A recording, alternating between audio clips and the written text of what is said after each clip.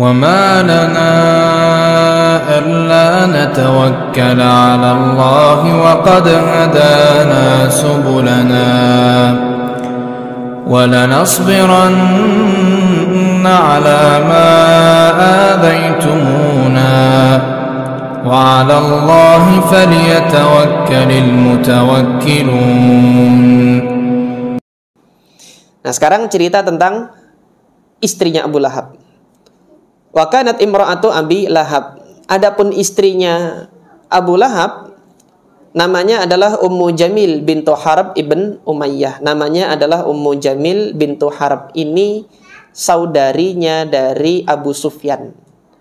Abu Sufyan ini juga salah satu petinggi Quraisy yang bencinya bukan main sama Nabi Muhammad, tetapi Allah berikan anugerah hidayah nanti pada saat Fathu Makkah. Untuk Abu Sufyan nanti. Dan nanti putranya Abu Sufyan ini yang akan menjadi khalifah, yaitu Muawiyah bin Abi Sufyan. Jadi dari Bani Umayyah ini, istrinya Abu Lahab. Jadi Abu Sufyan sama Abu Lahab ini iparan gitu. Karena istrinya Abu Lahab adalah saudarinya dari Abu Sufyan. Ukhtu Abi Sufyan. Yang ini la taqillu an zaujiha, ini juga enggak kurang-kurang dari suaminya, 11-12 sama suaminya. Dalam hal apa? Fi adawatin Nabi, dalam hal permusuhannya terhadap Nabi sallallahu alaihi wasallam. Faqad kanat tahmilu syauq. Ini orang ini Ummu Jamil ini suatu ketika dia membawa duri. Apa yang dilakukannya dengan duri itu? Wa tad'uhu fi tariqin Nabi sallallahu alaihi wasallam. Dia sebar di jalan di mana Nabi itu sering lewat, itu disebarin. Kalau kita lihat syauq itu duri, hari ini kalau duri kan mungkin kurang kuat. Paku hari ini. Paku lah. Jadi yang tajam dan dia kuat. Itu dihamburnya di jalan di mana Nabi sallallahu alaihi wasallam sering lewat. Ketika Nabi hendak ke Masjidil Haram, ke Ka'bah, itu lewatnya mana, dia kan lihat tiap hari, oh lewatnya sini, itu dihamburnya di situ. Wa ala babihi lailan, juga di depan pintu rumahnya Nabi malam hari, hingga ketika Nabi itu mau keluar, yang hendak dipijak itu sudah duri itu di depan pintunya itu. Wa kanat imra'atan salitatan tabsutu fihi lisanah. Ini perempuan satu ini lidahnya tuh tajam. Tabsutu fihi lisanaha. Wa tutilu alaihi al-iftira wad-das. Banyak menyebarkan kedustaan-kedustaan. Wa tu'ajjiju naral fitnah, dan menyalakan api fitnah permusuhan. Wa tuthiru harban sya'wa'a 'ala Nabi sallallahu alaihi wasallam, berupaya untuk memicu, bukan memicu ya, istilah tepatnya itu kalau di bahasa kita, mengobarkan api permusuhan, menyulut, habis disulut dibesarkan apinya itu. Oleh karena itu di dalam Al-Quran Allah menggambarkan istrinya Abu Lahab itu sebagai wanita pembawa kayu bakar, hammalatal hatab, wa imra'atuhu hammalatal hatab.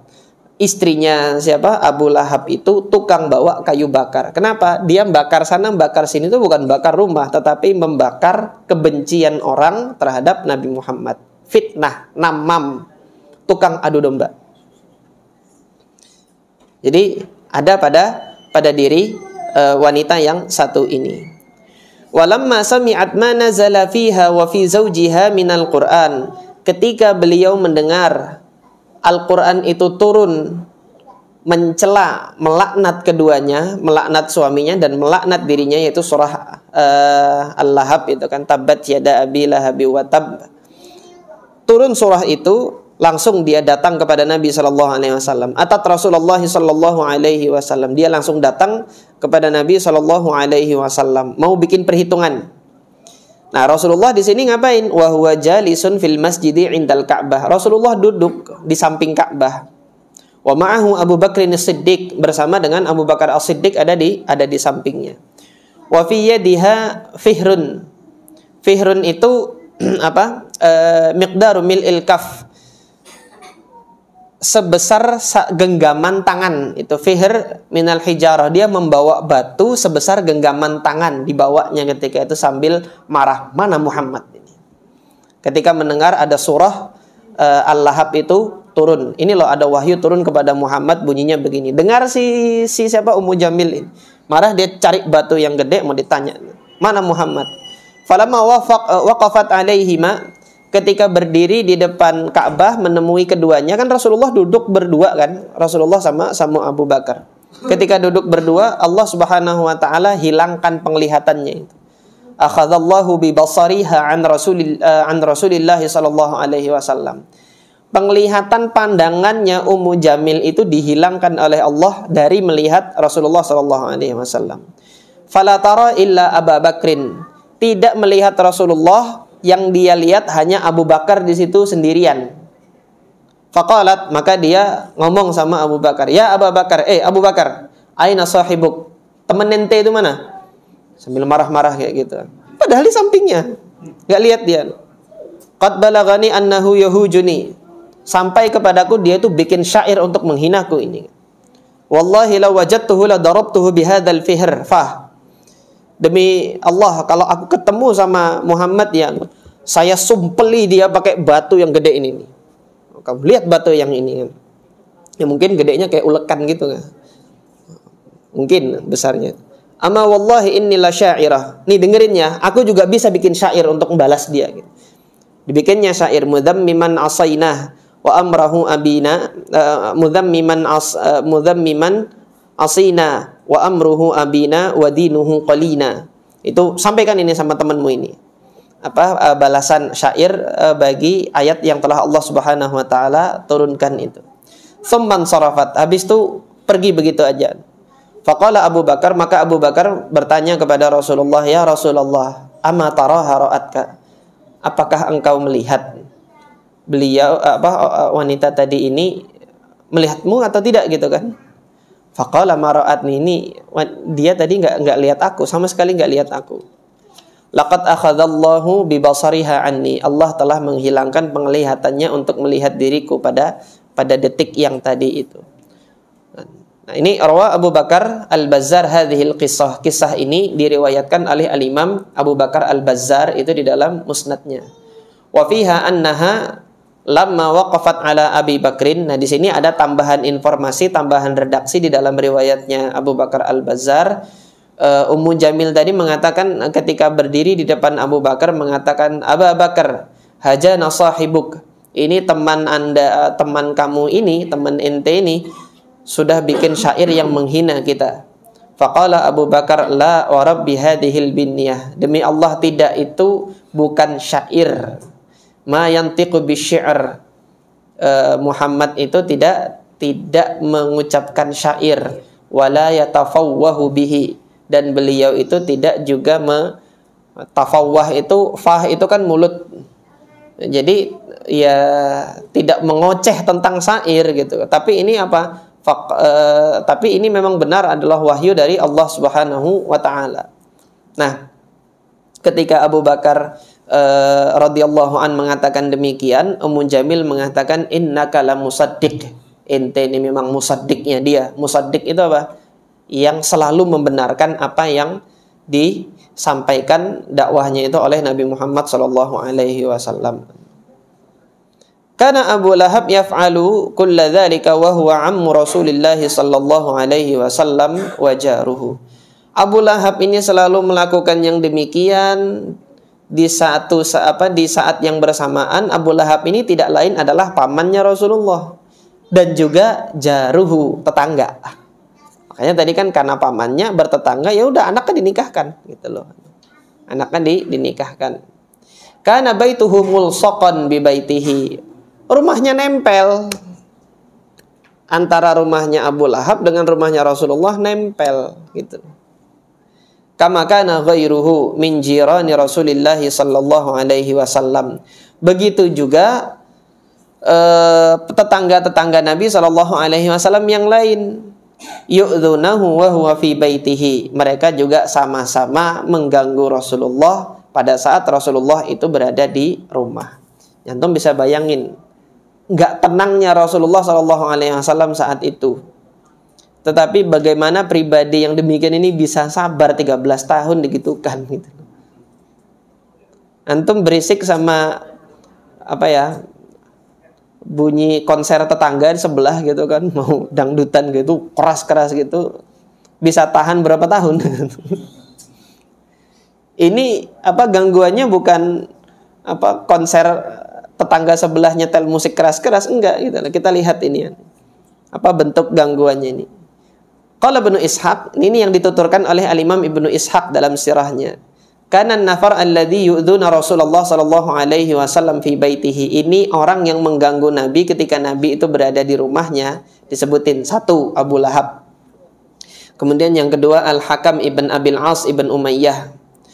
Nah, Al-Hakam ibn Abil As ibn Umayyah ini nanti yang masuk Islam, punya putra namanya Marwan. Marwan bin Hakam ini nanti yang jadi khalifah. Ini nanti jadi sahabat Nabi ini. Dia musuhi Nabi tapi nanti jadi sahabat Nabi. Hakam ibn Abil As ini. Uqbah ibn Abi Mu'id, kemudian Adi ibn Hamra dan Ibnul Asda' al-Hudhali. Ini tetangga-tetangganya Nabi SAW. Fakana ahaduhum, salah satu di antara mereka itu, ini bentuk gangguannya. Yatrahu alaihi rahmasyati wa huwa yusalli. Ketika Rasulullah itu sholat di rumahnya, itu dari atas atapnya itu dilempar ke Rasulullah itu raham. Raham itu rahim. Rahimnya kambing. Ya, isi perut kambing. Itu dilempar. Nabi lagi sholat, plek, kotor rumahnya kan, bersihin. Yang kayak gitu tuh tiap hari. Nanti bersihin gitu. Wa kana ahaduhum yatrahuha fi burmatin. Yang lebih parah, ada sebagian mereka melempar itu di kualinya Rasulullah masak-masakan, dimasukin plek gitu. Kalau dia lempar di lantai, alhamdulillah bisa dibersihin kan gitu. Ini lagi masak, makanan mau dimakan, dilempar dengan isi perut kambing ini gitu. Cepluk di lemparan. Ketika sudah burmah itu, kuali itu sudah disiapkan untuk memasak, itu dimasukkan situ. Hatta ittakhadha Rasulullah sallallahu alaihi wasallam hajaran liyastatira bihi minhum idza shalla. Akhirnya Rasulullah sallallahu alaihi wasallam menjadikan dinding batu supaya mereka enggak bisa ngelempar-lempar lagi gitu. Khususnya pada saat Nabi sallallahu alaihi wasallam salat. Fakana Rasulullah sallallahu alaihi wasallam idza tarahu alaihi dzalikal adza yakhruju bihi 'alal 'ud. Nah, ketika mereka itu melemparkan kotoran-kotoran yang seperti ini ke dalam rumah Nabi, Nabi sallallahu alaihi wasallam keluar dengan membawa tongkat. Jadi tongkat yang dibawa oleh Nabi itu untuk membuang kotoran itu kan diangkat dengan kotoran tersebut kan, isi perut itu kan usus-usus yang terburai-burai gitu kan. Itu diangkat dengan tongkat. Kemudian Rasulullah keluar, fayaqifu bihi ala babihi, di depan rumahnya Rasulullah sallallahu alaihi wasallam keluar, membuangnya di luar. Tsumma yaqul, ketika Rasulullah keluar, Rasulullah menyampaikan, ya Bani Abdi Manaf, wahai putra Abdu Manaf. Karena semuanya itu baik dari qabilah Umayyah, baik dari qabilah Bani Hashim, qabilah Bani Muttalib, itu semuanya anak-anaknya Abdu Manaf gitu. Ya Bani Abdi Manaf, ayu jiwarin hadza, tetangga macam apa yang kayak gini. Tsumma yulqihi fit tariq, baru kemudian Rasulullah membuangnya di jalan yang ada di depan rumah Rasulullah. Wasdada Uqbah ibn Abi Mu'id fi syaqawatihi wa khabathihi. Terkhusus lagi Uqbah ibn Abi Mu'id di sini bertambah lagi bentuk gangguannya ini. Nah, ini diriwayatkan oleh Al-Imam Al-Bukhari rahimahullah di dalam sahihnya dari Abdullah ibn Mas'ud. Jadi sahabat yang mulia Abdullah ibn Mas'ud itu menyaksikan bagaimana mereka melakukannya itu. Kalau tadi kan di rumahnya, ini sekarang di luar rumah nih. Anna Nabi sallallahu alaihi wasallam kana yusalli 'indal baiti. Suatu ketika Rasulullah itu salat di Baitullahil Haram, itu di Ka'bah. Wa Abu Jahal wa ashabuhu lahu julus, wa ashabun lahu julus. Di situ ada Abu Jahal dan konco-konconya itu sedang duduk melihat Rasulullah sallallahu alaihi wasallam salat di Ka'bah. in qala ba'duhum li ba'din, sebagian dari mereka berbisik-bisik menyampaikan idenya. Maka ada yang memberikan ide, ayyukum yaji'u bi salah jazuri bani fulan. Siapa yang mau mengambil ini tembuni. Salah jazur itu tembuni. Tembuninya unta Bani Fulan, kabilah Bani Fulan yang baru melahirkan tadi itu. Kan tembuninya ada kan. Tembuni itu bahasa Arabnya itu an-najasa al-kharijah minan naqah. Najis yang keluar dari organ-organ najis bersama dengan darah-darahnya itu yang baru keluar dari unta yang baru saja melahirkan. Itu kalau bahasa kita namanya tembuni. Plasenta kalau bahasa bahasa dokternya, bahasa medisnya plasenta. Susah saya cari bahasanya ini. Nah, ari-ari, terserah nanti namanya apa, yang penting itu. Ayyukum yaji'u bisalah jazur, siapa yang mau mengambil nih plasentanya dari untanya Bani Fulan yang baru lahir ini, fayadhu'uhu 'ala dhahri Muhammadin idza sajad. Tunggu sampai dia nanti sujud, taruh itu di atas punggungnya ketika dia sujud. Ayo, siapa yang berani? Kayak bikin sayembara aja mereka ini. Fadba'atha ashqal qaum, maka bangkitlah orang yang paling menderita di antara kaum itu. Nanti menderitanya di akhirat. Jadi dikatakan ashqal qaum, paling mendapatkan penderitaan hari itu. Siapa? Uqbah ibn Abi Mu'id. Faja'a bihi fanadhara. Dia datang, dia lihat itu. Ketika sudah dia lihat, hatta idza sajada, sudah dilihat Rasulullah itu sujud, wada'a 'ala dhahrihi baina katifaihi, diletakkannya di atas punggungnya antara dua bahunya. Ini ketika Nabi lagi sujud. Apa yang ditaruh? Ya itu tadi tembuninya yang masih basah, ada darah-darah kotor itu diletakkannya. Antum pernah sholat begitu kan? Alhamdulillah enggak kan? Ya alhamdulillah, berarti ini nikmat kita hidup di negara ini. Aman, datang ke masjid, Allah Subhanahu wa taala berikan anugerah aman bagi kita di negeri ini. Hanya saja sudah dikasih aman untuk sholat di masjid, masih banyak yang ya mudah-mudahan yang hadir di sini adalah yang selalu hadir untuk jamaah di masjid. Nah, itu yang di sana yang yang mudah-mudahan Allah Subhanahu wa taala nanti menggerakkan hatinya untuk meramaikan masjid ini. Sudah diletakkan di situ, wa ana anzur la ughni syai'an. Kata Abdullah bin Mas'ud, saya saksikan itu, tapi saya nggak bisa berbuat apa-apa. Lau kanat liman andai kata saya itu punya kekuatan untuk melindungi Rasulullah sebagaimana kekuatannya Abu Talib, saya akan cegah itu. Karena Abdullah bin Mas'ud dari Bani Hudzail itu dia di perkampungannya itu di luar Mekah. Dia bukan bagian kabilah yang kemuliaannya itu seperti kemuliaannya Quraisy, enggak. Jadi Abdullah bin Mas'ud ketika itu tidak punya kekuasaan untuk mencegah hal tersebut. Qala faja'alu yathakun. Setelah diletakkan itu tadi, tembuninya unta tadi itu sudah diletakkan ketika Rasulullah sujud, segera itu pula mereka kemudian tertawa, hahaha gitu kan, dengan bangganya. Dia melecehkan, menghinakan Nabi dengan cara yang demikian.